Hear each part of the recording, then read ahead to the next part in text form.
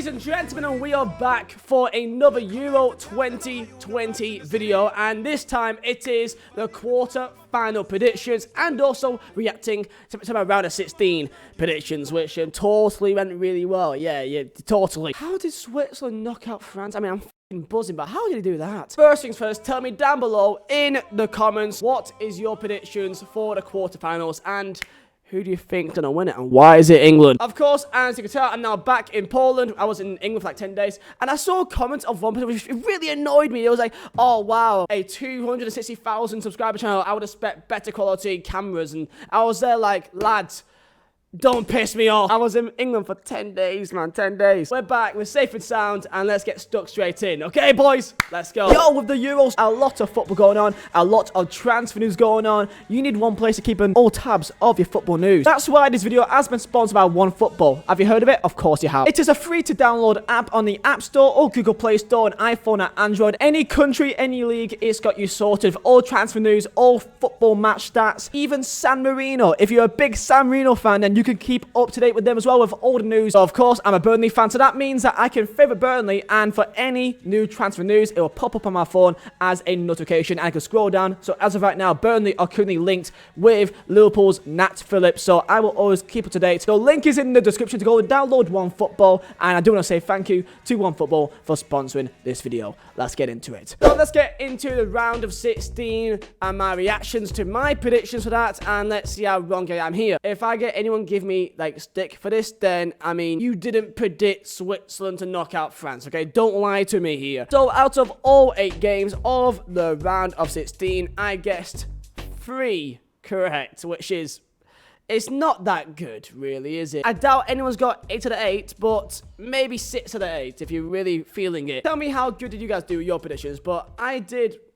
below average. I don't think it was awful. There's people out there with 0, but it could be better. So let's get stuck into the first game. Wales defeat Denmark. I thought that Wales would do well, and they lost 4-0. Good going.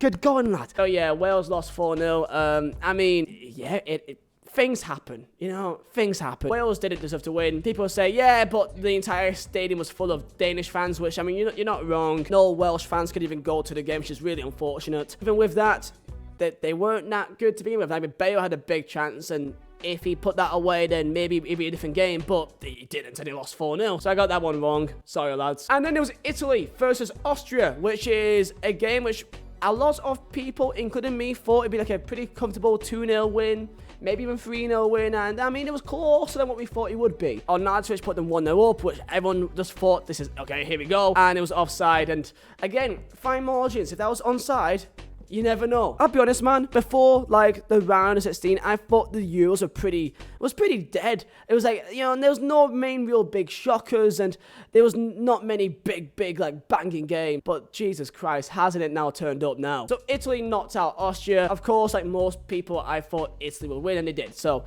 that's not really that hard to predict. But that's one right. Next game was Netherlands versus Czech Republic, and I put down Netherlands to win. And I'm annoyed because I look back on my prediction and I was so confident on Czech Republic that they can do it.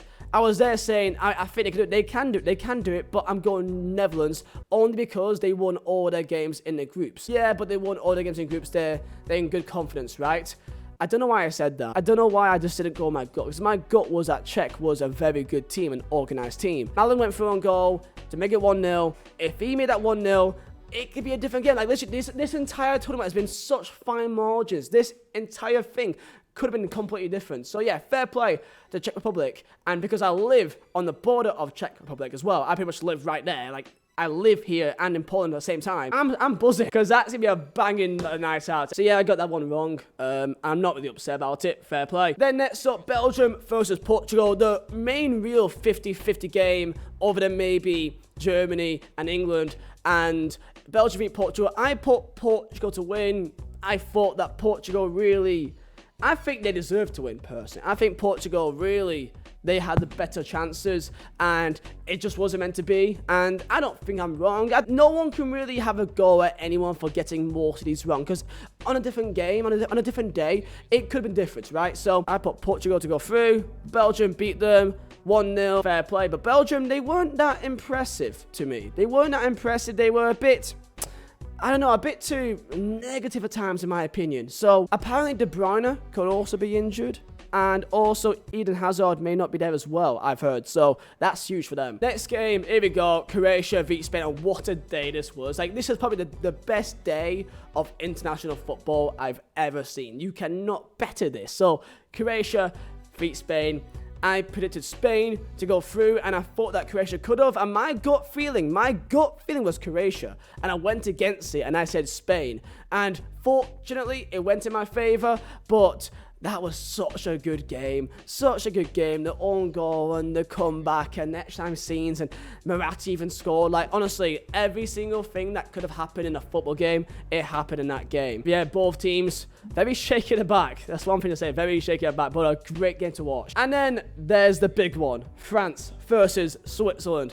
I was expecting 3-0, 3-1 France. I was there watching, thinking, okay, as soon as France scores their first goal, inevitably, then I'll probably stop watching.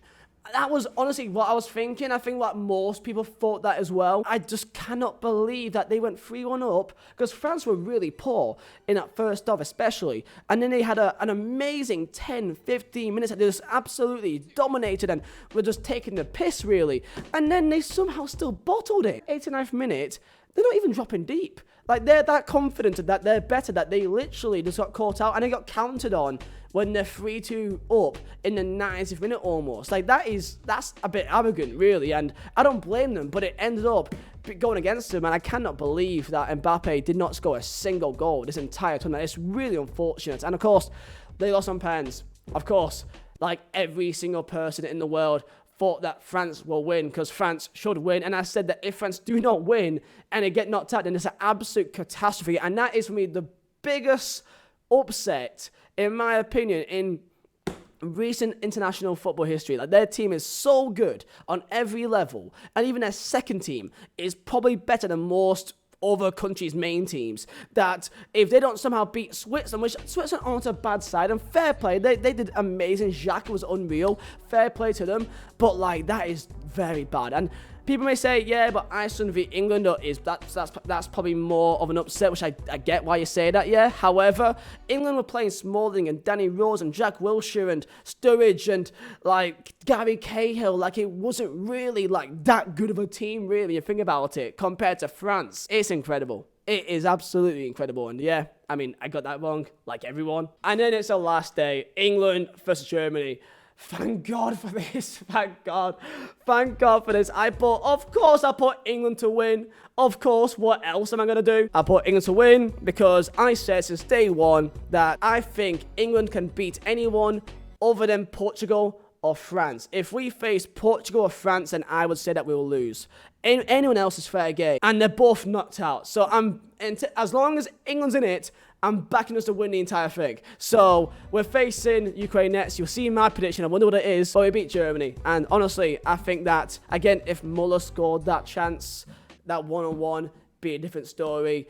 If they went early for own goal in the first like 2 minutes and we could have got a red card. If Walker wasn't as fast as he is, then Rice would have been sent off and that would be a different game as well. So many things went in our favour and it was just our day. And that was pretty much our final. And we're going to see what happens next. And then Sweden versus Ukraine. And I put down Sweden to win just because I said, and my thought process was, well, who would I rather face in the next round if we went through? And I said I'd rather face Ukraine. And that means in my mind that I would think that they're the worst team. So therefore I think the better team is Sweden. So I thought better team will win them. And they didn't. So everything has gone our way so far for England. Literally everything. So yeah, Sweden lost to Ukraine. Sweden are actually a good team. And like, yeah, very, I mean, it's not really a massive upset. But Sweden they were looking good. And they're out now.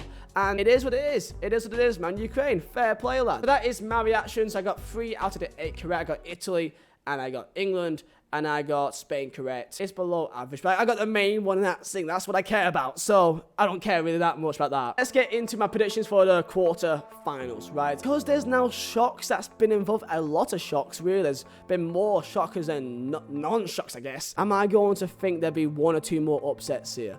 And I don't know what to say here. I don't know because I'm scared. So the first game then, Switzerland versus Spain. Okay, the first quarter-final game on the 2nd of July.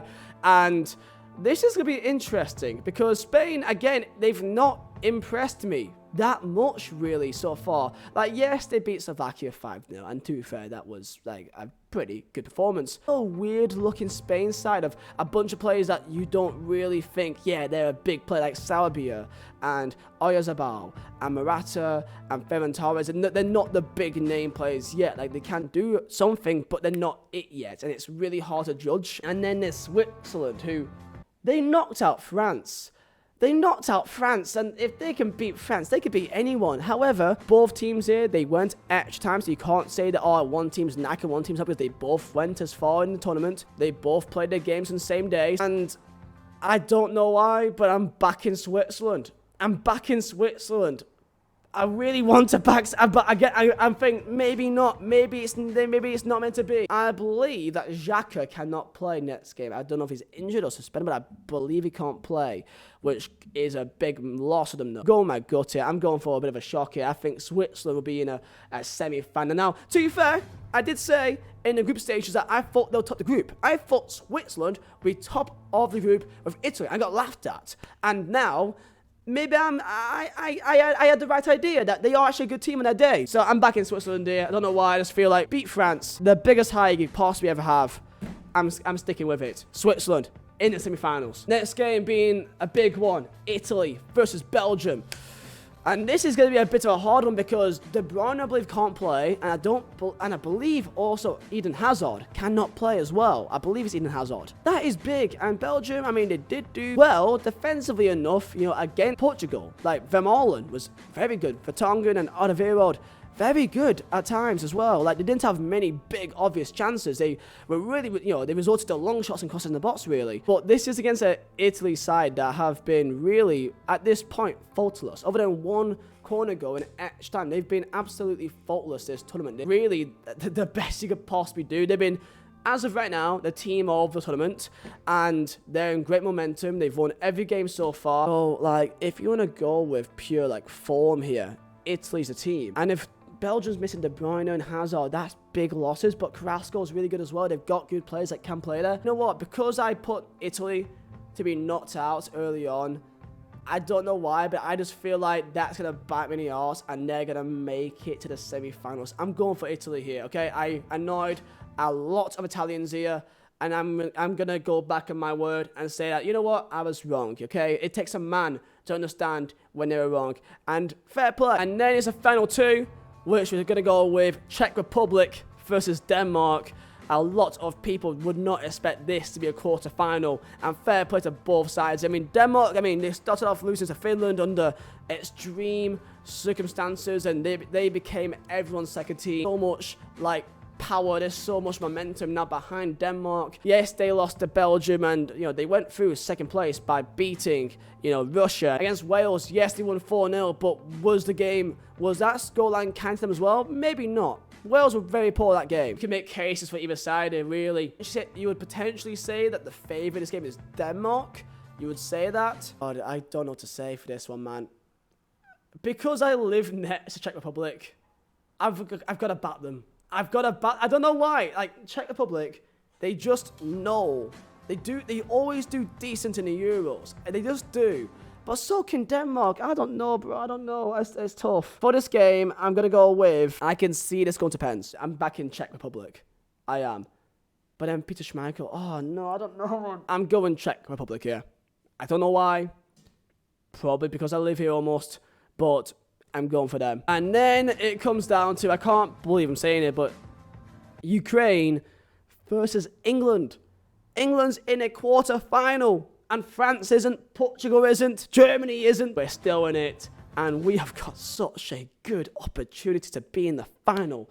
Such a good opportunity. It's massive, man. Ukraine versus England. Ukraine played the full 120 minutes against Sweden. It was a close game. They had an injury too. I swear I saw 2 or 3 of the players being knocked out in that game as well. They fought for their lives in that game. Like, they fought 2-0. It's a pretty dead game at times, but they also had a few good moments in there. There is some quality in that Ukraine side. Like, don't get it twisted. They have some good players. That striker, Miranchuk, is pretty good. Yarmolenko can just, for some reason, randomly turn into, you know, Naminauda, or whatever reason just does. Mikolenko, and also they've got a decent defense. Like, it's not bad. I mean, I'm back in England, aren't I? Like, let's be real. I'm back in England. I'm not gonna say that we beat Germany and now we're gonna lose to Ukraine. Okay, I'm back in England to win the entire thing now. Okay, as long as we're in it, we're winning the entire thing. Ukraine, they're going home, lads. Hopefully, please don't do this to me. I would rather get knocked out by Germany than get knocked out by Ukraine at this stage. Like, it'd be embarrassing, because this is such a good, because we're facing the winner of Czech Republic and Denmark. So really the hardest team on paper to make it to a Euro final is Denmark, who lost to Finland. Come on now. So yeah, I've got to go for it. I've got England v Czech Republic semi-final, and I literally live in Czech Republic almost, so I'm going to be really awkward when I'm the only Englishman here. But I like that. Bring it on, okay? That's my prediction for the quarterfinals and my prediction for semi-finals.